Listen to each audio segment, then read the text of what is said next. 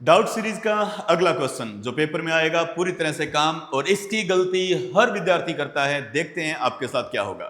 तो लेके आया हूं एक नया क्वेश्चन, जरा गौर फरमाइए। एग्जाम हॉल में आप बैठे हैं, एक क्वेश्चन आता है कि किस विकल्प में संबंधवाचक सर्वनाम नहीं है। इस पे गौर करेंगे कि संबंधवाचक सर्वनाम यहां पे नहीं है कहा जा रहा है। जरा गौर करें इस वर्ड पे, नहीं है। और कौन नहीं है? संबंधवाचक सर्वनाम नहीं है। ऑप्शन दे दिए, जो पढ़ता है वह सफल होता है, जिसे देखो वही व्यस्त है, जब समय आएगा तब सब ठीक हो जाएगा, जिसने पढ़ लिया है वह लिख दे। इन चार विकल्पों को देख करके कहीं ना कहीं हम आपस में चकरा जाते हैं कि ऐसे लगने लगता है कि इनमें तो सब में ही संबंधवाचक सर्वनाम है। पर आपकी जानकारी के लिए बता दूं, ऐसा नहीं है। एक विकल्प ऐसा है जिसमें संबंधवाचक सर्वनाम नहीं है। आप जो भी सोचें वो उसका राइट आंसर रहेगा कि जब समय आएगा तब सब ठीक हो जाएगा। इस वाक्य में संबंधवाचक सर्वनाम नहीं है। सर ऐसे कैसे? ये जोड़ा है ना कि जो और वह का, जिसे और वही का, जब और तब का, जिसने और वह का, जोड़े सब में आ रहे हैं, चारों में ही आपका प्रश्न गलत है। ऐसा नहीं है। गौर करें इस बात को। संबंधवाचक सर्वनाम क्या होता है? वो सर्वनाम है जो संज्ञा के स्थान पर आएगा। आप इस बात को अच्छे से जानते हैं कि सर्वनाम जो होते हैं वो क्या होते हैं? संज्ञा के स्थान पर आते हैं। अब हमारी हिंदी में ये जो जोड़े हैं, जो और वह का, ये संबंधवाचक सर्वनाम है। क्यों? ये जो है किसी लड़के, लड़की, आदमी के लिए आ रहा है, बच्चे के लिए आ रहा है। जो पढ़ता है, जो कौन? कोई आदमी, कोई बच्चा, कोई विद्यार्थी। तो जब ये जो आदमी नामक, बच्चे नामक, विद्यार्थी नामक संज्ञा के स्थान पे आ रहा है, इसका मतलब ये तो है सर्वनाम। ये जोड़ा तो सर्वनाम बनेगा, संबंधवाचक सर्वनाम बन जाएगा। जिसे देखो वही व्यस्त, जिसे किसे, जिसे किसे, किसी बच्चे को देखो, आदमी को देखो, बूढ़े को देखो, तो इसका मतलब ये भी किसी ना किसी संज्ञा के स्थान पर आ रहा है। तो ये भी क्या होगा? संबंधवाचक सर्वनाम। चौथा विकल्प पढ़ते हैं कि जिसने पढ़ लिया है वह लिख दे। जिसने किसने? किसी बच्चे ने, आदमी ने, बूढ़े ने।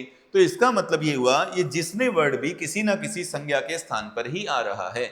और जो संज्ञा के स्थान पर ऐसे जोड़े आते हैं वो क्या होते हैं? संबंधवाचक सर्वनाम। अब आप जरा इस जब वर्ड पे गौर करें कि जब समय आएगा तब सब ठीक हो जाएगा। क्या आपको लगता है ये जब वर्ड किसी आदमी के लिए यूज हो रहा है कि जब समय आएगा? जैसे कि जो कल आया था वो मेरा भाई है। जो कौन? कोई आदमी। क्या ऐसे ही जब वह, जब समय आएगा तब सब ठीक होगा? तो क्या आपको लगता है जब वर्ड से किसी को संबोधित किया जा सकता है, किसी के नाम के बदले आ सकता है? नहीं। तो यहां एक बात गौर कर लें कि व्याकरण में ऐसे जोड़े हैं दो तरह के।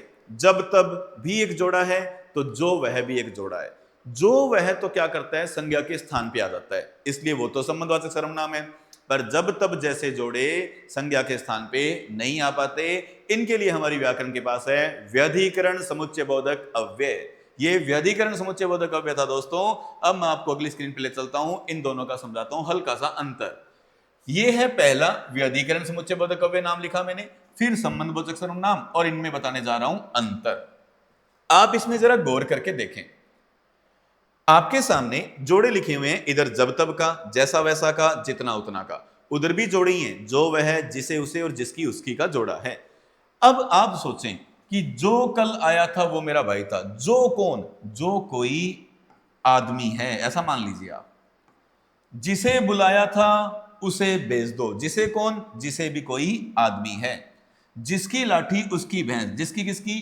किसी आदमी की आप बात कर सकते हैं। तो यानी ये वो शब्द हैं जिनसे किसी संज्ञा की, आदमी की, बच्चे की, बूढ़े की बात हो रही है। लेकिन आप सोचें ऐसा कोई वाक्य आ जाए कि जब पानी बरस रहा था तब मैं सो रहा था। तो क्या ये जब वर्ड आदमी के लिए है या समय के लिए है? तो आपका उत्तर आएगा समय के लिए। ये जब वर्ड तो समय के लिए आता है कि जैसा मैं पढ़ रहा था वैसा तो कुछ है ही नहीं। तो जैसा मैं पढ़ रहा था, क्या ये जैसा वर्ड किसी आदमी के लिए है या किसी तरीके के लिए? तो आपको लगेगा ये तो समय के लिए था और ये तरीके के लिए था। जितना मैं पढ़ता हूं उतना कम ही पढ़ता है। तो जितना मैं पढ़ता हूं, तो बताइए जितना वर्ड किसी आदमी के लिए है या किसी मात्रा के लिए है? तो जी आपका उत्तर होएगा मात्रा के लिए। अब सोचिए, क्या ऐसा जो वर्ड कोई मात्रा के लिए होता है? जो तो किसी आदमी को कह रहे हो कि जो कल आया था। तो अब ये अंतर आप क्रिएट कर लीजिए कि जोड़े दो तरह के हैं। ऐसे जोड़े जो संज्ञा के स्थान पे आ जाते हैं, संज्ञा कोई सी भी हो, आदमी, बच्चा, बूढ़ा, कोई भी, जो संज्ञा के स्थान पे आ जाते हैं, और जोड़े ऐसे भी हैं जो संज्ञा के स्थान पे नहीं आ पाते, वो समय, तरीका या मात्रा के लिए आते हैं, तो इनमें फर्क हो जाता है। ये वाले जोड़े तो हैं समुच्चय बोधक अव्यय, और कौन से, व्यधिकरण समुच्चय बोधक अव्यय, और ये वाले जोड़े होते हैं संबंधवाचक सर्वनाम। तो इस चीज को एग्जाम में हम मार नहीं खाएंगे। दो उदाहरण आपके सामने, जैसा आप चाहते हो वैसा हो जाएगा। दो एग्जाम्पल हमारे सामने लिखे हुए हैं कि जैसा आप चाहते हो वैसा। तो यहां भी एक जोड़ा है जैसा और वैसा का।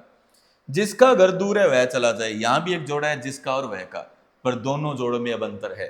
इस जिसका घर, जिसका किसका, किसी आदमी का, किसी बच्चे का, तो ये तो संज्ञा की बात कर रहा है, ये तो हमारा है संबंधवाचक सर्वनाम, यहां तो हो जाएगा। लेकिन ऊपर वाले वाक्य में आप गौर के देखिए कि आपको लगता है इस जैसा वर्ड से आदमी की बात हो रही है, नहीं, जैसा वर्ड से तो तरीके की बात हो रही है कि जैसा आप चाहते हो, जैसा मतलब तरीका, और जब तरीके की बात हो रही है तो ये बन गया आपका व्यधिकरण समुच्चय बोधक अव्यय। तो दोस्तों एग्जाम हॉल में इस तरह की गलतियां हमसे बहुत करवाने की कोशिश की जाती हैं, पर हम ऐसा करेंगे नहीं। बहुत जल्द मिलेंगे अगले वीडियो के साथ एक नए डाउट क्वेश्चन के साथ। चैनल को लाइक, शेयर, सब्सक्राइब करते रहें। आपका अपना चैनल है। Thank you.